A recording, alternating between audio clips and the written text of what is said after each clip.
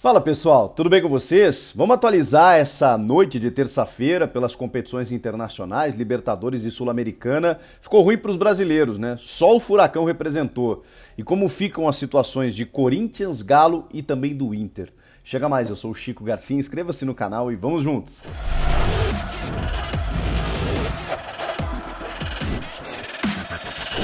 Pelo menos o Atlético Paranaense representou, né? Foi o único entre os brasileiros, né, que entraram em campo pela Libertadores e pela Sul-Americana, que venceu nessa rodada de terça-feira, venceu o Libertad, jogo de ida das oitavas de final, Libertadores da América, o Libertad do Paraguai, um jogo difícil, né? Mas o Furacão soube se impor e o Felipão, ô Felipão, que saudade do Felipão, 12 jogos de invencibilidade, 9 vitórias, 3 empates.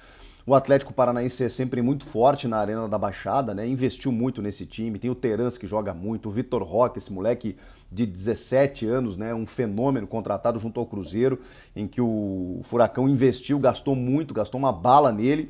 E ele marcou o seu primeiro gol aí já na Libertadores, conseguiu ajudar, né, a garantir a vitória, depois o Libertad empatou e o Atlético acabou fazendo o 2-1. Claro que não é uma vantagem muito significativa, mas não tem mais saldo qualificado, né, gente? Então não tem aquela que se o Libertad vencer por 1-0 ele classifica para as quartas, não, aí vai para pênaltis. Então é saldo simples.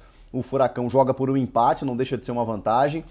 Não tem jogo fácil nessa fase, a gente está vendo com os outros brasileiros aí, tem que valorizar sim esses 3 pontos, essa vitória, para jogar por um empate, né? Conquistar essa vantagem jogando na partida de volta para tentar chegar nas quartas de final.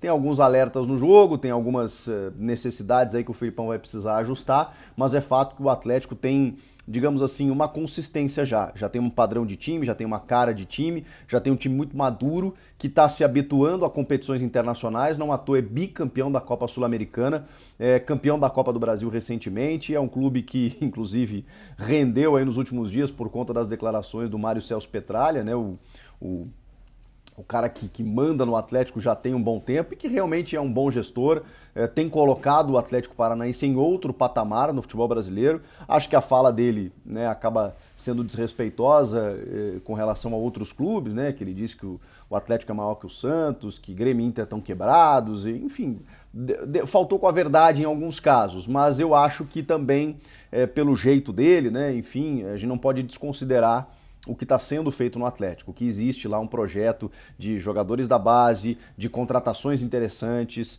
de estrutura, enfim, de ter um estádio seu, de ter um CT interessante, de ter, enfim, né? E hoje figuras como Alexandre Matos e o Luiz Felipe Scolari que estão à frente desse projeto lá também no Atlético Paranaense.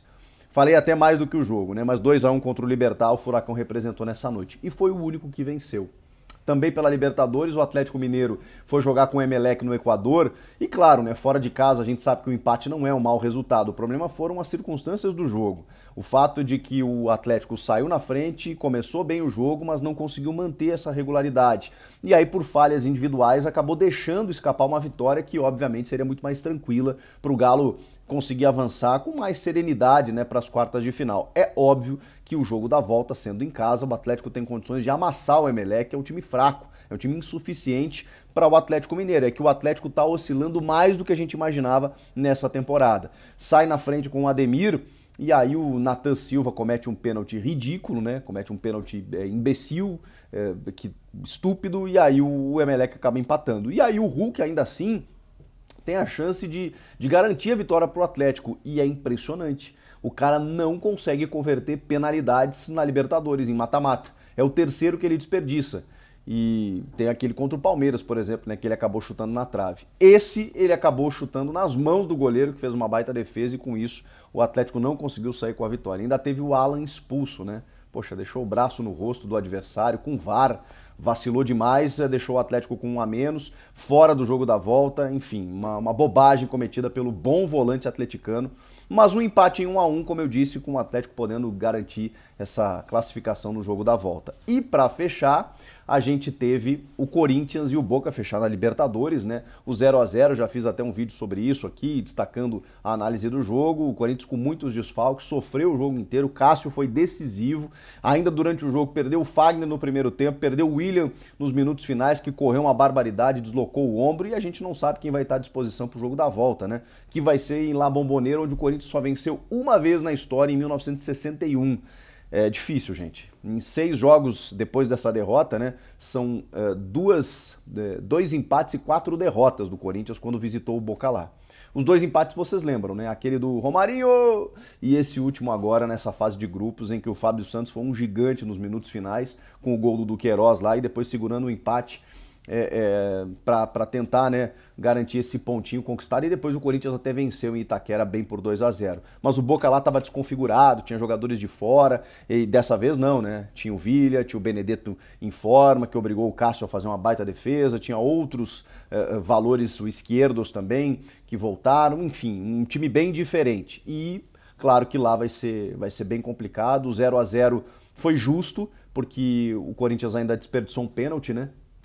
Nos pés do Roger Guedes, e depois teve um pênalti não marcado para o Corinthians, teve um pênalti que o Boca reclamou, que para mim não foi também, mas o Cássio, como eu disse, sendo decisivo. Então, diante dos desfalques, não tinha Renato Augusto, o Duqueiroz, o Maicon, o Paulinho, né, que já se sabe que está há mais tempo, o Gil, o Rafael Ramos, toda essa galera não estava. E aí o Vitor Pereira teve que usar o Bruno Mendes, que chegou ontem, o João Pedro, que vai embora amanhã, uma loucura. Enfim, ficou tudo para Buenos Aires. E para fechar de Sul-Americana, o Internacional, que eu imaginava tivesse mais sucesso diante do Colo-Colo, mesmo jogando no Chile, não conseguiu, perdeu por 2-0.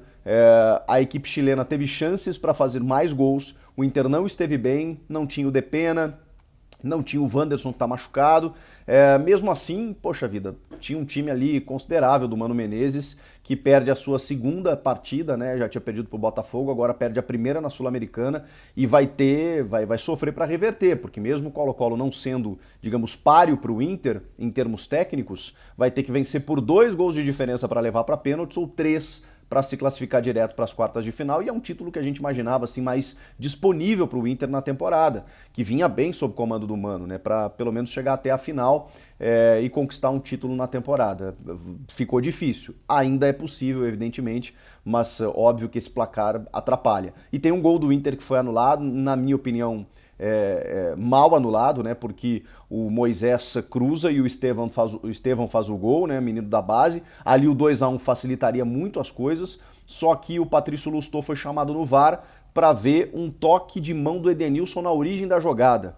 Aquilo não é a origem da jogada, tá um lance de ataque da equipe do Colo-Colo e o Edenilson ainda tá com o braço recolhido.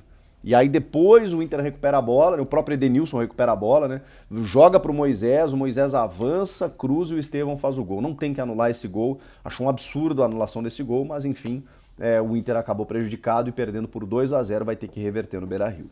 E aí, o que vocês acharam desses jogos aí? Vocês acham que as equipes brasileiras têm chances de passar? Acho que o Atlético Paranaense sim, o Atlético Mineiro sim, pro Corinthians complicou, e para o Inter também. Comenta aqui, inscreva-se no canal, eu volto na próxima. Tchau!